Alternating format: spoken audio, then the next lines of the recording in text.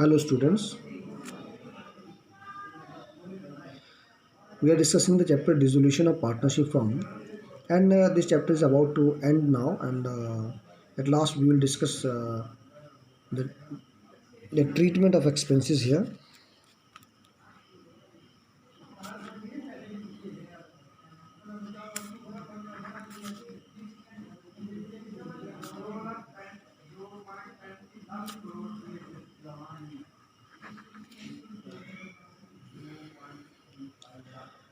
Treatment of realization expenses.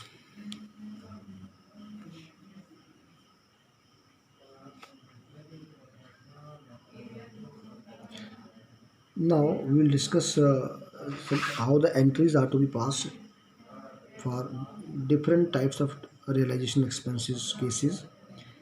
First one, when it is mentioned in the question that a realization expenses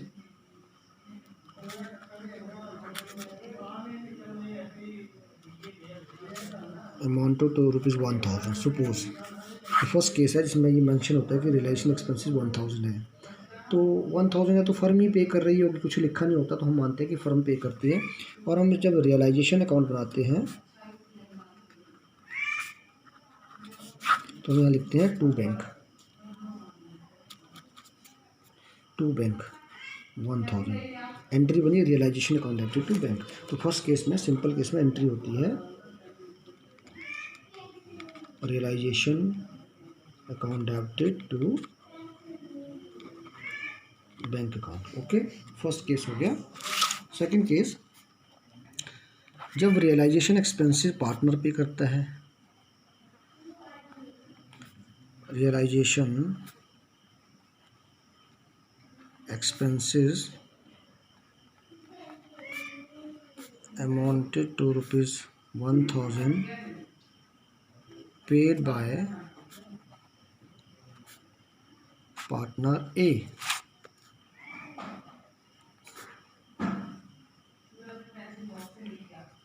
realisation expense अब यहाँ लिखते हैं to partner to A's capital, ये लिखते हैं ना एज कैपिटल।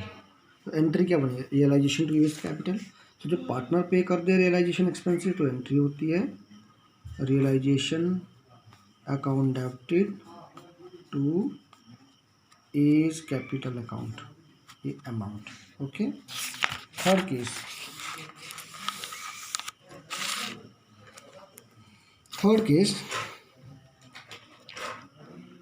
जब रियलाइजेशन एक्सपेंसेस, रियलाइजेशन की सारी रिस्पॉन्सिबिलिटी एक पार्टनर को दी जाती है कि रियलाइजेशन, उसमें रियलाइजेशन एक्सपेंसेस भी उस पार्टनर को ही पे करने होते हैं, बदले में फर्म उस पार्टनर को कुछ कमीशन देती है। मान लीजिए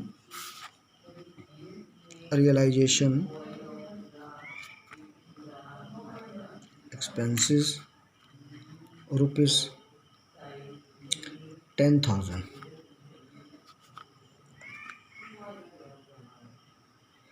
a partner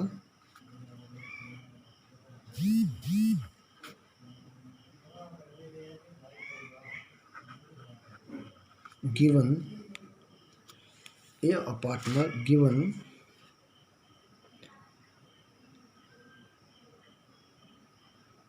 a commission of ₹8,000 for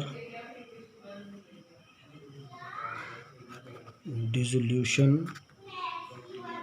work.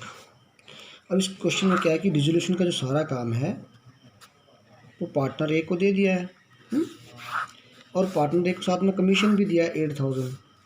अब डिसोल्यूशन का सारा काम क्योंकि पार्टनर ए को ही करना है तो रियलाइजेशन के एक्सपेंसेस भी उसी को पे करने हैं, तभी तो उसको ₹8,000 दिया गया है कमीशन। अब रियलाइजेशन के एक्सपेंसेस ए ही पे करेगा, चाहे वो 8,000 से ज़्यादा हों या 8,000 से कम हों, हमने सिर्फ पार्टनर ए को पैसे देने हैं उसके कमीशन के। तो रियलाइजेशन अकाउंट में उसे पार्टनर ए को दे देंगे realisation to A's capital amount is 8,000। अब देखो 10,000 का हमने कुछ नहीं किया, एक्चुअल एक्सपेंसिस 2000 हो या 10,000 हो, अगर हमने कमीशन 8000 दे दिया है तो वही दिया जाएगा। एंट्री हो गई realisation account debited to A's capital account 8000। Okay, ये है हमारा केस नंबर 3। अब हम करते हैं case number 4।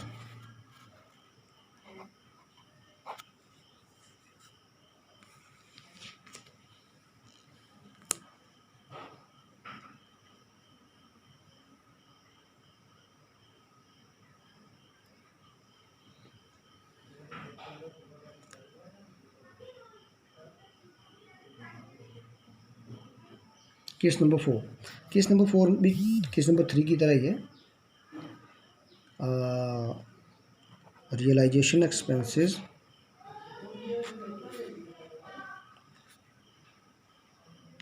Amounted to rupees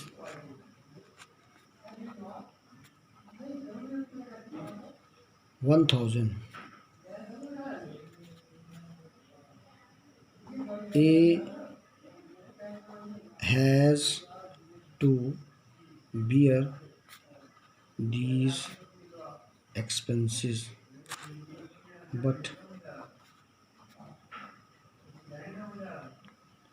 expenses paid by firm। अब इस क्वेश्चन में थर्ड वाले ऑप्शन की तरह ही है कि रियलाइजेशन एक्सपेंसेस 1000 हैं। A has to bear the expenses of the firm. A को ये एक्सपेंसेस बियर करने थे। क्यों बियर करने? क्योंकि उसको कमीशन दिया हुआ होगा। मान लीजिए उसको कमीशन दिया है 2500। E has to bear all the expenses. यहाँ तक तो केस नंबर 3 ही है।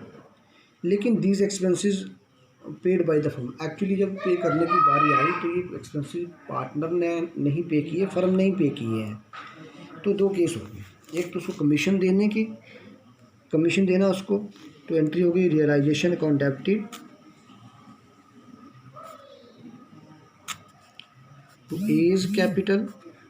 कैपिटल कमीशन देना है 2500। और दूसरा है अब एक्सपेंसेस भी 2500 क्योंकि उसको मिल रहे हैं। ये लिखा है ए हैज़ टू बियर, उसको बियर करने हैं, या ए हैड टू बियर, उसको बियर करने थे। क्यों बियर करने होंगे? क्योंकि उसको कमीशन मिला होगा, इसीलिए ये वर्डिंग लिखी जाती है। लेकिन उसने पे नहीं किए, 2500 तो ले लिया, पे नहीं किए। जब पे नहीं किए तो उससे वो वापस लिए जाएंगे 1000 जो फर्म ने पे किए हैं। तो उसकी एंट्री होती है A's capital account debited to bank account 1000। तो दो एंट्री यहाँ पर बनती हैं, एक तो कमीशन देने की और जो एक्सपेंसेस उसने पे करने थे, फर्म ने पे किए, वो पैसे वापस लेने की। रियलाइजेशन टू पार्टनर्स कैपिटल, उसको कमीशन देने की एंट्री, और पार्टनर्स कैपिटल टू बैंक, उससे वो 1000 रुपीज़ कवर करने की एंट्री। ओके, अब कभी कभी क्वेश्चन में क्या होता है कि ये पार्टनर का कमीशन नहीं दिया होता कि कितना है, तो हम ये वाली एंट्री नहीं कर पाते हैं। तो सिर्फ उस केस में आपने सिर्फ एक ही एंट्री करनी है। इसका एक एग्जांपल मैं आपको देता हूँ।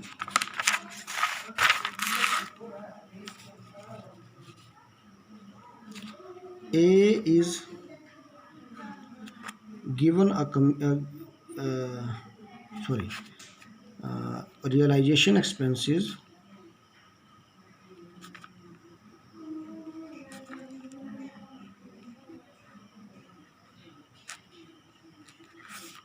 amounted to rupees 10,000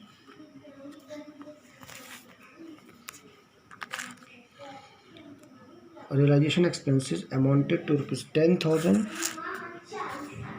had to bear partner B। अब बस यहीं तक लिखा होगा। ये केस नंबर 4 ही है, इसको पहले आइडेंटिफाई करना है। रियलाइजेशन एक्सपेंसेस अमाउंटेड टू 10,000 है, had to bear partner B, partner B को बियर करने थे क्योंकि उसको कमीशन मिला होगा। कमीशन कितना मिला है वो नहीं लिखा। अब हैड टू बियर, लेकिन बियर किसने किए? फर्म ने बियर किए हैं। Had to bear partner B, partner B को बियर करने थे, लेकिन इसका आगे मतलब यही हुआ कि बियर उसने नहीं किए होंगे। तो दो चीज़ें यहाँ पर माननी पड़ रही हैं कि कमीशन का अमाउंट नहीं दिया है, और जो पार्टनर बी को एक्सपेंसेस बियर करने थे वो पार्टनर बी ने बियर नहीं किए हैं, वो फर्म ने बियर किए हैं। केस नंबर 4 बनता है ऐसे केसेस में। तो क्योंकि ऐसे केसेस में केस नंबर 4 है, और केस नंबर 4 में 2 एंट्रीज होती हैं हमारी। पहली entry realisation account debited to B's capital, amount of commission देने का, लेकिन कमीशन का अमाउंट लिखा नहीं है तो वो एंट्री होगी नहीं। दूसरी एंट्री है उससे 10,000 रुपीज़ वापस लेने की, तो वो एंट्री का अमाउंट दिया हुआ है, वो एंट्री हम कर सकते हैं। वो एंट्री है हमारी B's capital account debited to bank account, amount is 10,000, amount is 10,000। तो इस केस में हम एक ही एंट्री पास करते हैं। ये है बच्चों entries regarding the realisation expenses. तो 4 केसेस हैं, 4 केसेस में कभी एंट्रीज पूछी जाए तो ये एंट्रीज जरूर आती है। बाकी कुछ एंट्रीज हम we will discuss in the online class. Okay, till then bye.